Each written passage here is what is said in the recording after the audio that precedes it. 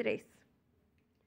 Hola, somos alumnas de la carrera de Educación y Tecnologías Digitales y nos gustaría entrevistar a la doctora Carla Pérez Serrano como investigadora sobre las ciénegas de Lerma.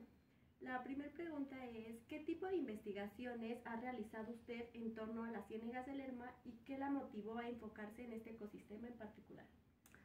Bueno, pues en principio estuve trabajando lo que es la biodiversidad de las ciénegas de Lerma, pero particularmente la parte de los anfibios y ya específicamente el ajolote de Lerma, que es Ambistoma lermense.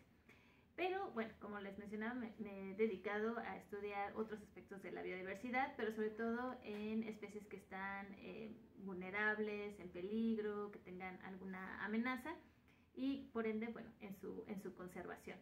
¿Qué me motivó a querer estudiar esto? Bueno, cuando llegué aquí, pues uno empieza a ver dónde puede trabajar, qué puede investigar, y ya había estado yo trabajando en otros humedales. Entonces, bueno, pues ya tenía experiencia trabajando en cuerpos de agua, humedales y con especies afines a estos ecosistemas.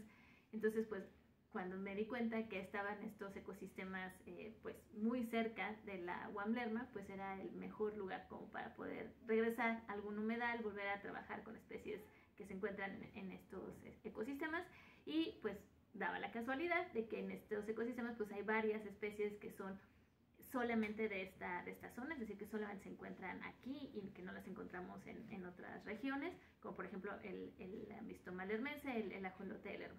Entonces, pues obviamente era una muy buena oportunidad para empezar a estudiarlo, y que además, pues obviamente, pues requiere gran esfuerzo de conservación. Okay. En parte a sus investigaciones, ¿cuáles han sido las problemáticas ambientales principales que usted ha detectado en los humedales de las ciénegas?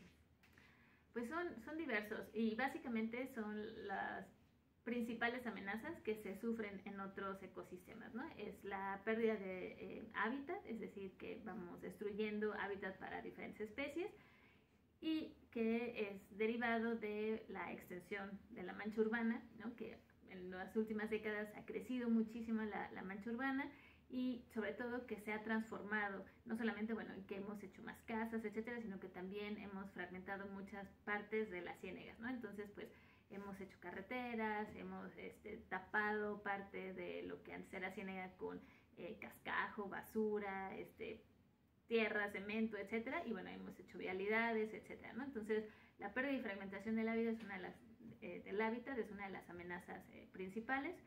Después, obviamente, la extracción del agua. Las ciénegas es uno de los reservorios más importantes de agua en esta zona del Valle de Toluca, y que provee de agua a muchas zonas del Valle de Toluca, pero también en la Ciudad de México. Entonces, pues obviamente la extracción de agua pues ha sido una problemática que también ya lleva muchas décadas y que pues sigue estando vigente y que sigue siendo una problemática. Otra de las amenazas de las ciénegas pues obviamente es también la contaminación. Aunado a al gran incremento de la mancha urbana, pues viene también un incremento en la cantidad de residuos sólidos que se van generando, en los desechos que se van vertiendo a diferentes zonas de las ciénegas o alrededor, llámese por las fábricas que hay en la zona, por los cultivos, por las casas que hay también alrededor. Entonces, pues obviamente también el agua que llega ya, digamos, a las ciénegas, que son todos los escurrimientos que vienen desde la parte alta que rodea a las ciénegas, pues obviamente ha hecho que llegue también ya contaminada el agua. Entonces, parte de las amenazas pues también es la contaminación del agua, que se va acumulando la basura, también digamos ya como residuos sólidos en muchas partes de la ciénega. Entonces, bueno, también esa es otra de las amenazas importantes. Y otra también, desafortunadamente, pues es la introducción de especies exóticas, que también es una amenaza en muchos otros ecosistemas. Aquí tenemos rana toro, que es una especie exótica y que además se alimenta de otros organismos que también se alimentan los ajolotes de esos organismos, y entonces empiezan a competir pues por los mismos recursos, ¿no? Tenemos el lirio acuático también, que viene también de otro lugar, es asiática, entonces pues también es introducida, y seguro la han visto que cubre grandes extensiones, ¿no? Que de repente vemos, ya no vemos agua y más bien vemos lirio de flor morada muy bonita, pero pues que abarca mucha parte del espejo de agua, y que eso causa pues muchos problemas también ya en el ecosistema, ¿no? Entonces, pues esas son las principales causas de las amenazas que tienen las ciénegas. Con respecto a todo esto, ¿por qué las ciénegas son importantes para el equilibrio ecológico de la región? Son sumamente importantes, tienen muchos servicios ecosistémicos, que así es lo que llamamos a los servicios que nos proveen o que podemos obtener de ellos. Tiempos anteriores y todavía pues proveen de alimento a muchas de las comunidades lacustres que dependían de estos ecosistemas en tiempos pasados. Se comía mucho el ajolote, los acosiles, la papa de agua, los charales, entre otras, berros y entre otras especies, ¿no? Ya no dependemos de primera mano de estos ecosistemas porque ya tenemos alimento que vienen de otras zonas, pero pues sí era una fuente importante de alimento para los pueblos que se encontraban alrededor de estas lagunas, ¿no? de estos humedales.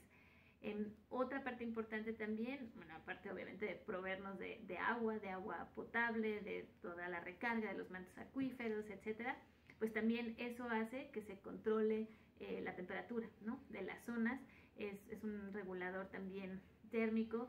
Obviamente estas lagunas eran muchísimo más grandes de lo que son ahora. Recordemos que ahora solamente nos queda un 10% de lo que tuvimos en algún momento, entonces imagínense esto ya con el 90% que le hace falta, pues obviamente eran extensiones muy muy grandes, y que eso ayudaba a que se regulara la temperatura, a que se regulara también las inundaciones, ¿no? Ahora vemos inundaciones por todas partes porque el agua sigue su curso, y entonces vemos inundaciones en San Mateo, en San Pedro Tultepec, aquí en Lerma, etcétera, y pues es porque hemos abarcado todo lo que antes era ciénega con construcciones, ¿no? O sea, con vialidades, con casas, etcétera, y eso pues obviamente hace que pues, el agua siga su curso y se hagan inundaciones por otros lados, pero antes pues contribuían en gran medida en prevenir esas inundaciones, en la recarga de los mantos acuíferos, y eso a su vez regulaba la temperatura, había una gran captura de CO2, ¿no? del dióxido de carbono, entonces eso obviamente también reducía la temperatura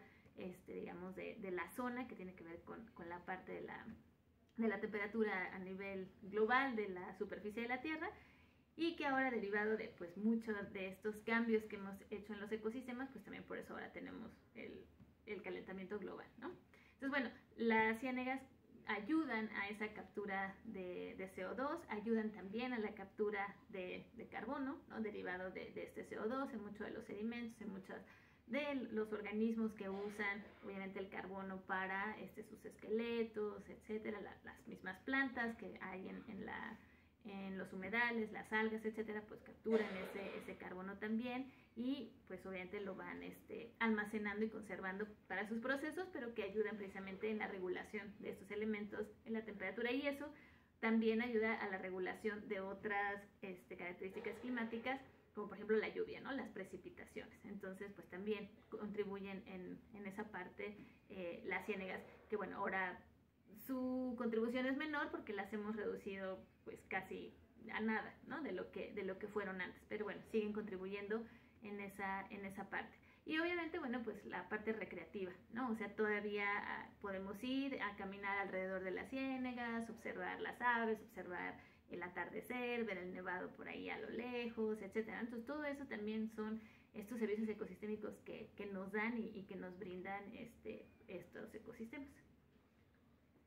¿Qué rol ha jugado la expansión de la mancha urbana, la agricultura intensiva o el uso del suelo en la transformación del ecosistema? Pues ha tenido un papel muy importante, como mencionaba antes, son de las principales causas de la degradación de estos ecosistemas. Entonces el hecho de que se haya aumentado la mancha urbana, no solo con fraccionamiento, sino ya con las vialidades que se han construido, pues obviamente ha reducido en gran medida la extensión de estos humedales. Le hemos estado quitando terreno a estos humedales, y bueno, ahora sufrimos las consecuencias, ¿no? Como volvemos a decir, esta parte de las inundaciones, el que el agua ya no se pueda almacenar como antes en estas ciénegas y que busque su cauce natural, pues eso quiere decir que vemos todas las inundaciones que sufrimos en estas últimas semanas, ¿no? Por ejemplo, entonces el hecho de que la mancha urbana haya aumentado y que le haya quitado ese terreno, digamos, a las ciénegas, pues obviamente tiene sus consecuencias. Igual, o sea, el cambio de uso de suelo, si bien a lo mejor sí nos provee alimento, ¿no? El que tengamos ciertas zonas agrícolas, pero pues son monocultivos, son zonas que ya no albergan la misma diversidad de especies que almacenábamos en las ciénegas. El que quitemos zonas que antes a lo mejor tenían tule y que tenían las colas de gato y que tenían la papada de agua, etcétera, pues ahora no las tenemos y ahora tenemos un monocultivo a lo mejor de maíz, ¿no? Y si bien sí nos dan esa parte de alimento, pero pues no olvidemos que las otras especies también nos daban alimento y proveían pues muchas otras servicios ecosistémicos que mencionaban, ¿no? O sea, la captura de carbono, la regulación del clima y obviamente el alimento, ¿no? También era parte de nuestra alimentación y pues ahora lo hemos ido transformando en estos monocultivos que pues también reducen en gran medida la diversidad de la zona. ¿Qué tipo de pérdida o alteración en la biodiversidad de dichos humedales ha sido más notoria en las últimas décadas? Pues de entrada ya no vemos muchas especies que antes se veían en esta zona. Por ejemplo, ya no se ven coyotes, ¿no? O sea, bueno, ahora vemos perros ferales, eso es lo que abunda en una gran medida en el Valle de Toluca, pero si vamos a alguna de las ciénegas, seguro se van a encontrar algún perro callejero o perro feral. Y antes, bueno, veíamos a coyotes, ¿no? Por ejemplo. Muy probablemente ya no veamos tampoco zorrillos, cacomixtles, solamente en algunas zonas donde hay muchas zonas rocosas, etcétera, pero ya no bajan, por ejemplo, pues a la parte de las ciénegas, ¿no? Porque pues ya no hay tampoco una gran cantidad de refugio ni alimento, que es lo que buscan también estas especies, ¿no? Entonces, en términos de, por ejemplo, los mamíferos, pues serían de los que ya no vemos de manera abundante, ¿no? Todavía vemos por ahí tuzas, comadrejas, pero pues también en una abundancia más reducida. En términos de las aves, pues también ha habido especies que pues ya no vemos o no las vemos con la misma abundancia. Recordemos que las ciénegas son un lugar muy especial para las aves migratorias que vienen de los países del norte durante el invierno. Se vienen y se refugian aquí a pasar el invierno porque las temperaturas son un poco menos frías o bastante menos frías, ¿no? Más agradables. Hay disponibilidad de alimento, etcétera, ¿no? Pero para muchas de estas especies, pues que se ha reducido el espacio donde pueden llegar, pues ya no llegan aquí, se tienen que ir más al sur, a otros humedales, o llegan en menor cantidad también, ¿no? Entonces, porque pues algunos siguen buscando otros humedales donde se puedan establecer. Entonces, a lo mejor sí vemos todavía algunas de las especies migratorias, pero no en la misma abundancia. Y de todas maneras también se ha habido un decremento en las diferentes especies que pueden llegar en la época de las migraciones, ¿no? O sea, entonces son estudios que falta hacer con detalle, que falta darle seguimiento año con año para saber qué especies ya no vemos o en qué abundancia las vemos ahora, pero sí, digamos, tenemos un análisis que hicimos hace un par de años que efectivamente pues sí ha habido un cambio en las especies que van llegando y que antes pues se veían con mayor abundancia o que también ya no se han visto en estos últimos años, ¿no? Obviamente, como les decía, más bien hemos visto nuevas especies como la rana toro, el lirio acuático, que van desplazando otras especies. Entonces, pues esa parte también es importante, ¿no? O sea, saber que están esas especies ahí, pero que no deberían estar ahí. Y depende también mucho de qué parte de las ciénegas. Hay ciénegas en donde se ven, la carpa también se me pasó comentarlo, la carpa, que es un pez que se ha introducido en muchos otros cuerpos de agua, también es abundante en algunos de los cuerpos de agua y que también ha desplazado otras especies como los charales nativos de esta zona, ¿no? Que eran pues los que nos comíamos antes, bueno, por lo menos los pueblos que dependían de estas ciénegas aquí, eran lo que consumían y ahora pues ya no se los pueden comer porque ya en muchos espacios de estos cuerpos de agua ya ni siquiera encontramos esos charales o los acosiles, por ejemplo, ¿no? Y en algunas zonas los encontramos todavía en números muy, muy chiquitos. Entonces son pues obviamente los efectos que vamos viendo en la biodiversidad. ¿De qué manera el deterioro del humedal afecta directamente a las comunidades que viven cerca de él? Pues primero, obviamente el cambio de sus costumbres, ¿no? De sus modos de vida, muy probablemente de la parte económica también, ¿no? O sea, antes a lo mejor todavía si vamos al mercado de Santiago Tenguistengo nos toca ver un poquito del trueque, de cómo se daba esta parte del intercambio de productos con palitos, ¿no? Que esa es la parte del trueque, la parte tradicional, pero en muchas zonas ya lo hemos perdido. Me parece que es el único mercado donde sigue existiendo eso, pero en otros ya no. Entonces, bueno, perdimos esa costumbre, esa tradición que teníamos del intercambio de productos y también pues otras cuestiones económicas, ¿no? Entonces ahora ya en muchas partes pues San Mateo los zapatos, en San Pedro Tutepec los muebles, los textiles por ahí en Almoloya del Río, etcétera, ¿no? Entonces los medios económicos también se han ido modificando y con ello pues las prácticas también de cómo obtener alimento, entre otras cosas, ¿no? Entonces ya no dependemos de lo que nos daba la ciénaga directamente. ¿Por qué? Porque ahora podemos ir a algún mercado y comprar otros productos que pues antes no los teníamos y que ahora estamos acostumbrados a tenerlos y no a depender de la ciénaga, ¿no? Entonces obviamente pues hemos ido cambiando muchas de nuestras costumbres y entonces los pueblos que vivían en las zonas aledañas que dependían directamente de las ciénagas pues ya tienen otras alternativas, lo cual no está mal, pero pues también es una tristeza que muchas de las otras prácticas tradicionales se hayan ido perdiendo y que ha sido a consecuencia no de estos pueblos, sino de pues toda la mancha urbana que ha crecido también alrededor y que todos somos también pues parte de ese cambio y que los hemos ido como pues empujando, ¿no? A que tengan que cambiar también sus prácticas porque pues ya no hay las mismas especies que había antes, entonces aunque quieran a lo mejor comer charales, ya no hay en la misma abundancia y si ahora van a pescar pues seguro les va a salir una carpa, no necesariamente les va a salir una cocil o un charalito, ¿no? Entonces bueno pues hemos ido cambiando esas prácticas.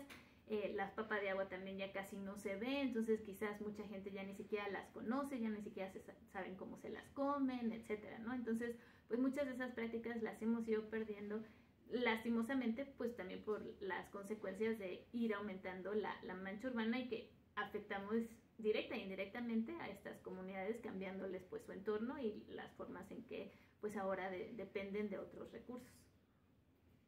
¿Podría hablarnos sobre los efectos a largo plazo de la contaminación y fragmentación de la humedad en el equilibrio ecológico? Sí, bueno, y de hecho esta parte del equilibrio ecológico viene también desde más arriba, ¿no? O sea, todo va unido y todo depende, una cosa depende de la otra. ¿Y a qué me refiero con esto? Me refiero, como les mencionaba, estamos en el valle, ¿no? Pero todo el agua que llega, digamos, a la parte de las ciénagas viene desde las partes montañosas.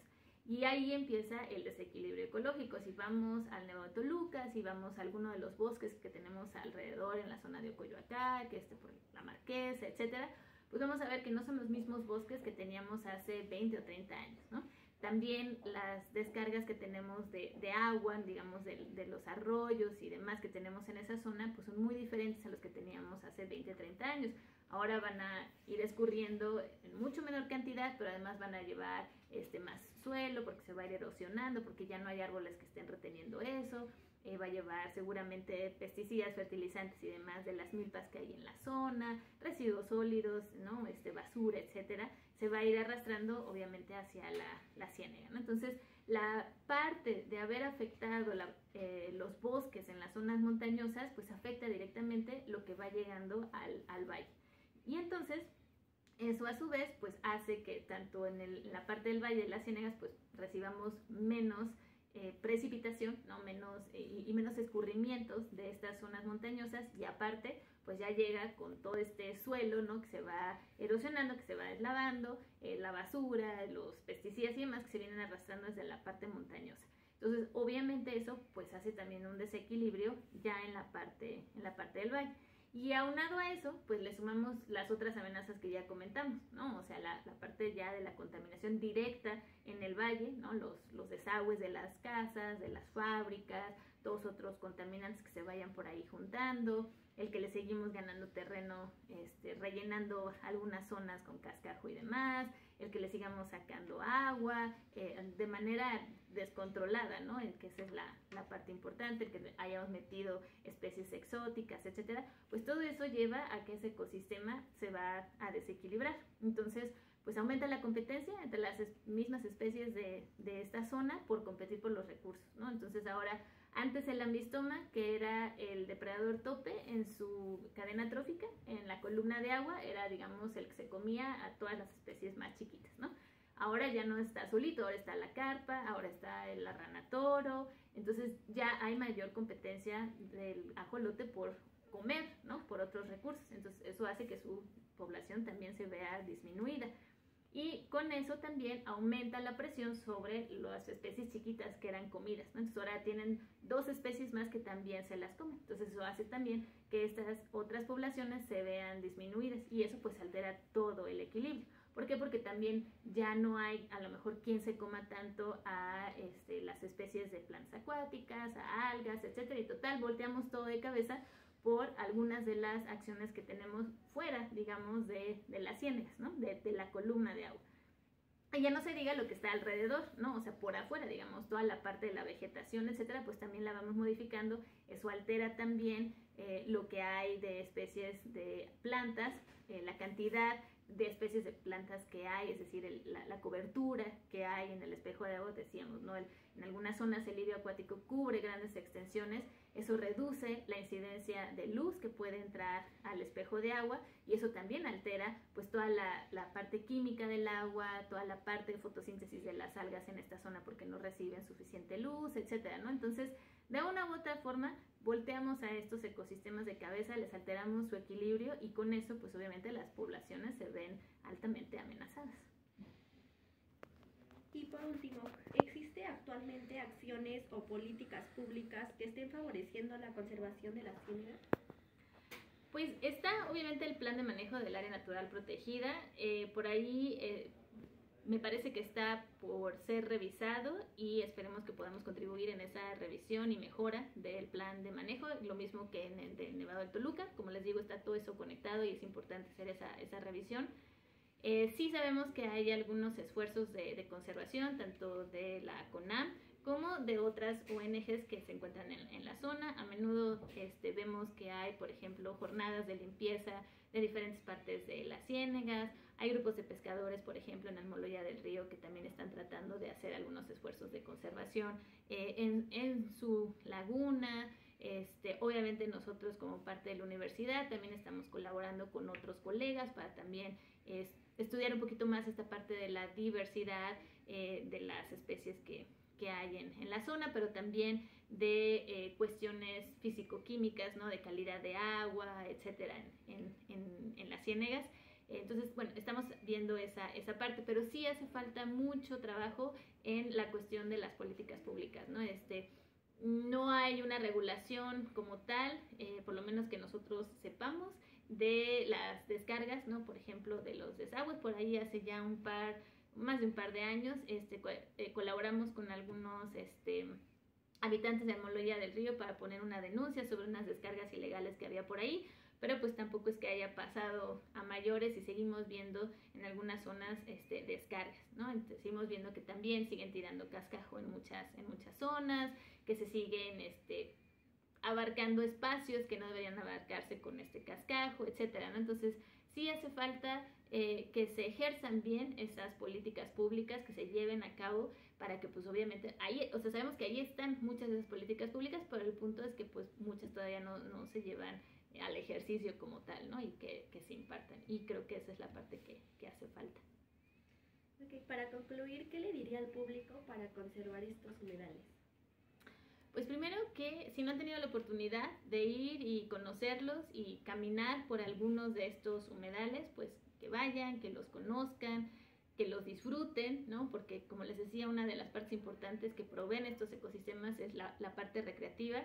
Lo mismo que las zonas montañosas, como les digo, todo está conectado y es importante entender esa conectividad que hay entre estos ecosistemas, ¿no? Entonces, pues que vayan, que los conozcan, que los disfruten, pero sobre todo que entiendan que todos dependemos de estos ecosistemas y que si no contribuimos en esta parte de cuidarlos, pues obviamente a la larga, a lo mejor a mí no me va a tocar, pero a lo mejor las siguientes generaciones pues sí les va a tocar las consecuencias más graves de ya no tener ese 10% que tenemos de las ciénagas. Entonces, pues que también traten de comprender, ¿no? Lo tan importante que son estos ecosistemas para nosotros, ¿no? Que dependemos de ellos, aunque a lo mejor no en la misma forma que dependíamos antes, pero aún dependemos sí o sí de estos ecosistemas para poder habitar en esta zona y que bueno, sí hay acciones que podemos hacer para conservarlos, ¿no? Obviamente, pues primero tratar de reducir nuestra producción de residuos sólidos, eso sería un gran avance. Obviamente cuidar el agua que usamos, siempre tratar de usar la mínima cantidad de agua que podamos en la medida de lo posible, ¿no? Reusar el agua de la regadera, hacer la captación de agua pluvial, etcétera. Hay muchas opciones que podemos hacer para contribuir en nuestra reducción también del consumo de agua y la reducción de residuos sólidos. Y siempre tratar de exigir, ¿no? También tenemos el derecho a un ambiente sano, aire limpio, agua limpia, etcétera. Entonces, pues también exigir a nuestras autoridades que se lleven a cabo las normas y las políticas públicas adecuadas para asegurar esos derechos, no ahorita, sino también para el futuro. Listo. Y agradecemos su participación.